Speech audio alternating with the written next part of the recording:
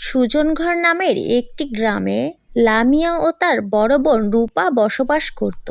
লামিয়া ও রূপার বাবা মা তারা অনেক ছোট থাকতেই মারা গেছে। রূপা ছিল বড়, যার কারণে তার ছোট বোন লামিয়া সকল দায়িত্ব নিজেই বহন করত। রূপা সেলাই মেশিনে কাজ করত, কিন্তু এই কাজ করে রূপার তেমন পোষাতো না, কারণ রূপা বুটিক্স থেকে কাজ নিত। সেই বুটিক্সের মালিক সানজিদা ছিল অত্যন্ত কিপ্টে একজন ব্যক্তি, যার কারণে ঠিকমতো রূপার টাকা পরিশোধ করতো না।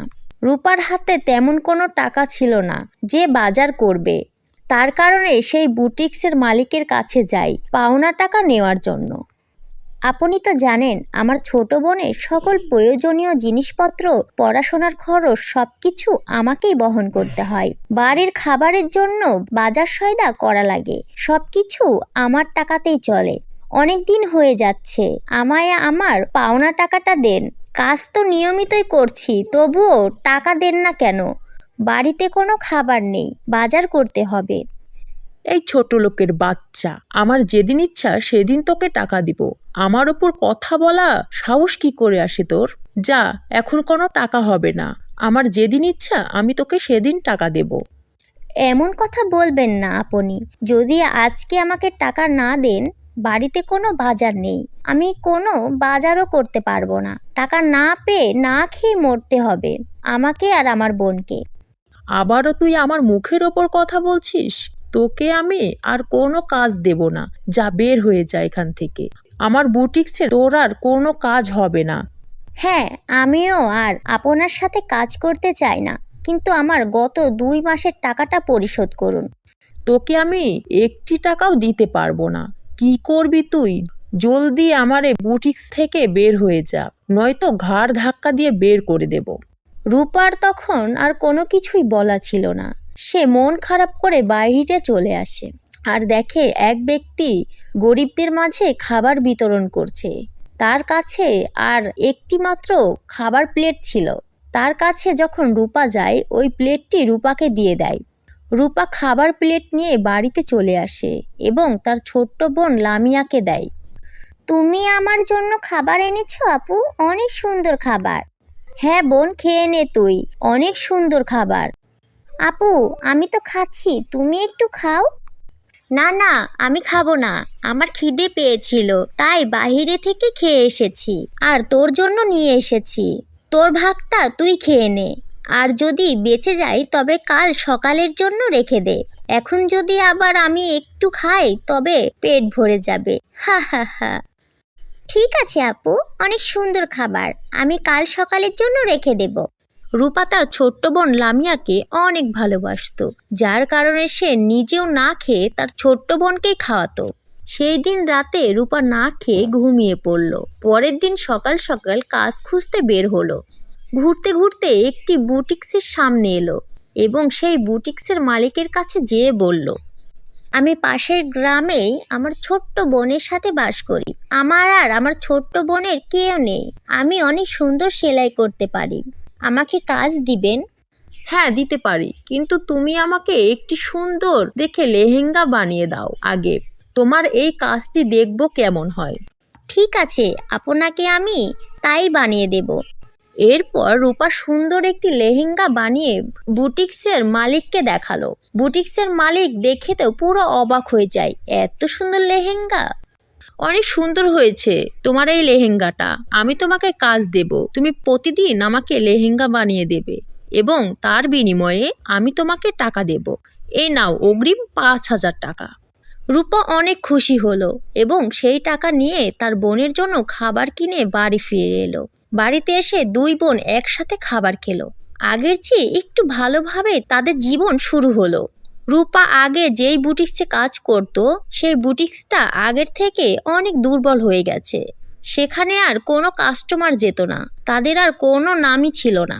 বুটিক্সের মালিক অনেক রেগে যায় আর বলে, আমার এত সুন্দর নামি বুটিক্স হঠাৎ করে এমন হয়ে গেল, আর কোনো কাস্টমার কেন আসে না আমার এই বুটিক্সের কাছে?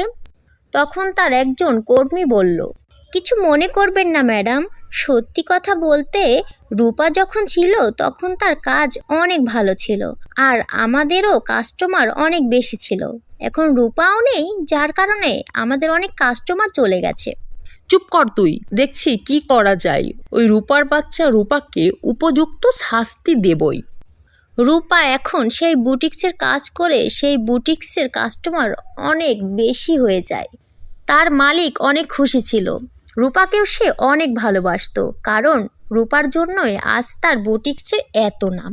রূপা একদিন বুটিক্সের কাজে আসলো। বুটিক্সের মালিক রিয়া তাকে বলল, রূপা, তোমার জন্য আমার এই বুটিক্সটা অনেক বড় হয়ে গেছে। সবাই এখন আমার বুটিক্সের কাছে আসে তাদের ড্রেস তৈরি করার জন্য।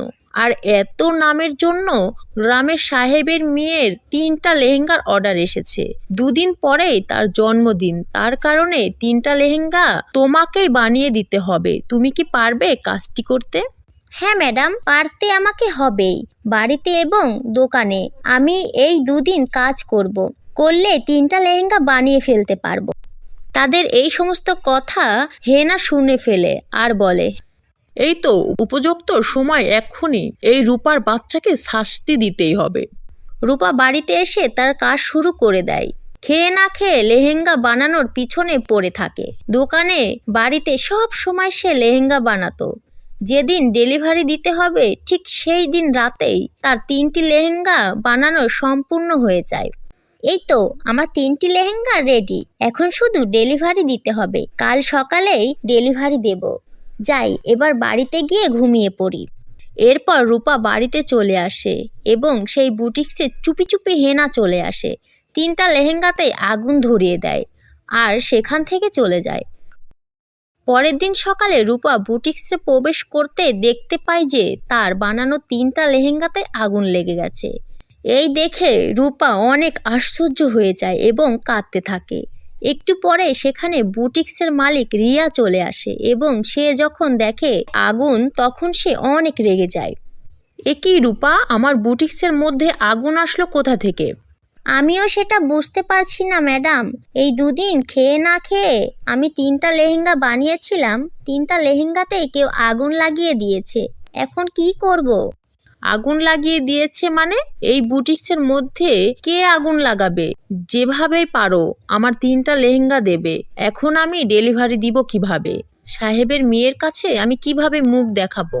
তখন সেখানে হেনা চলে আসলো এবং বলল, এ কি রিয়া আপা, আপনার বুটিক্সে এই মেয়েটা এসেছে?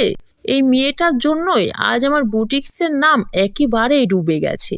এ চায় সব বুটিক্সগুলো একেবারে নষ্ট করে দিতে, যার কারণে আমি একে বের করে দিয়েছি। কারো ভালো চাই না এই রূপা। না না, উনি ভুল বলছে। এনার থেকে আমি 2 মাসের বেতন পাই, সে দেয়নি, যার কারণে আমি সেখান থেকে চলে এসেছি। আর আমি এই লেহেঙ্গাতে আগুন লাগাইনি। তোমার আসল রূপ আমি এবার চিনতে পেরেছি রূপা। আমাকে আর কিচ্ছু বলতে হবে না তোমায়। কালকের মধ্যেই আমাকে 10,000 টাকা ক্ষতিপূর্ণ দেবে, আর না পারলে তোমাকে এবং তোমার বোনকে আমি জেলে পাঠাবো। রূপার কিচ্ছু বলার ছিল না। সে মন খারাপ করে কান্না করতে করতে বাইরে চলে আসে, রাস্তা দিয়ে চলতে থাকে। এক সময় সে অন্যরকম একটি জায়গায় চলে আসে। সামনে তাকিয়ে দেখে আশ্চর্য রকমের 3টা লেহেঙ্গা। একটা লেহেঙ্গা সোনার, আরেকটি লেহেঙ্গা রূপার এবং অপর লেহেঙ্গাটি হীরার রঙের ছিল। একই, এই আশ্চর্য ধরনের 3টা লেহেঙ্গা গভীর জঙ্গলের মধ্যে কোথা থেকে আসলো? না, এর কাছে যাওয়া যাবে না, আমি বরং চলে যাই এখান থেকে। রূপা সেখান থেকে ফিরে যাবে, ঠিক এমন সময় একটি পরীর আবির্ভাব হলো। না রূপা, তুমি এখান থেকে যাবে না। এই 3টা লেহেঙ্গা না নিয়ে তুমি কোনোভাবে এখান থেকে যেতে পারবে না, কারণ এই 3টা লেহেঙ্গা তোমার। আমি তোমার সমস্ত বিষয়ে জানি। এই সোনার লেহেঙ্গা দিয়ে তুমি যা চাইবে তাই পাবে। রূপার লেহেঙ্গার মাধ্যমে তুমি এবং তোমার বোন নিরাপদে থাকবে। কেউ তোমাদের ওপর কোনো আক্রমণ করতে পারবে না। আর অবশেষে যেই হীরার লেহেঙ্গাটা দেখছো, এই লেহেঙ্গাটা তুমি তোমার বুটিক্সের মালিক রিয়াকে ছুতে বলবে। সে ছোঁয়া দিলেই দেখতে পাবে আসল ঘটনা, সেই 3টা লেহেঙ্গা কে পুড়িয়েছিল। তোমার এই উপকার আমি কোনোদিনও পরিশোধ করতে পারবো না। তোমাকে অনেক অনেক ধন্যবাদ পরি। এরপরে রূপার হীরার লেহেঙ্গাটা নিয়ে আসলো এবং রিয়াকে বলল, ম্যাডাম, আপনি এই লেহেঙ্গাতে ছোঁয়া দিন এবং দেখুন সে লেহেঙ্গা 3টা কে পুড়িয়েছিল। রিয়া লেহেঙ্গাতে ছোঁয়া দিল এবং সে দিনকার সমস্ত ঘটনা দেখতে পেল। এরপর হেনাকে পুলিশে ধরিয়ে দিল এবং রূপার কাছে ক্ষমা চাইল। এরপর থেকে রূপা সোনার লেহেঙ্গার মাধ্যমে অনেক সুন্দর একটি বাড়ি তৈরি করলো এবং তার ছোট্ট বোন লামিয়াকে সাথে নিয়ে সুখে শান্তিতে সে বাড়িতে থাকতে শুরু করলো।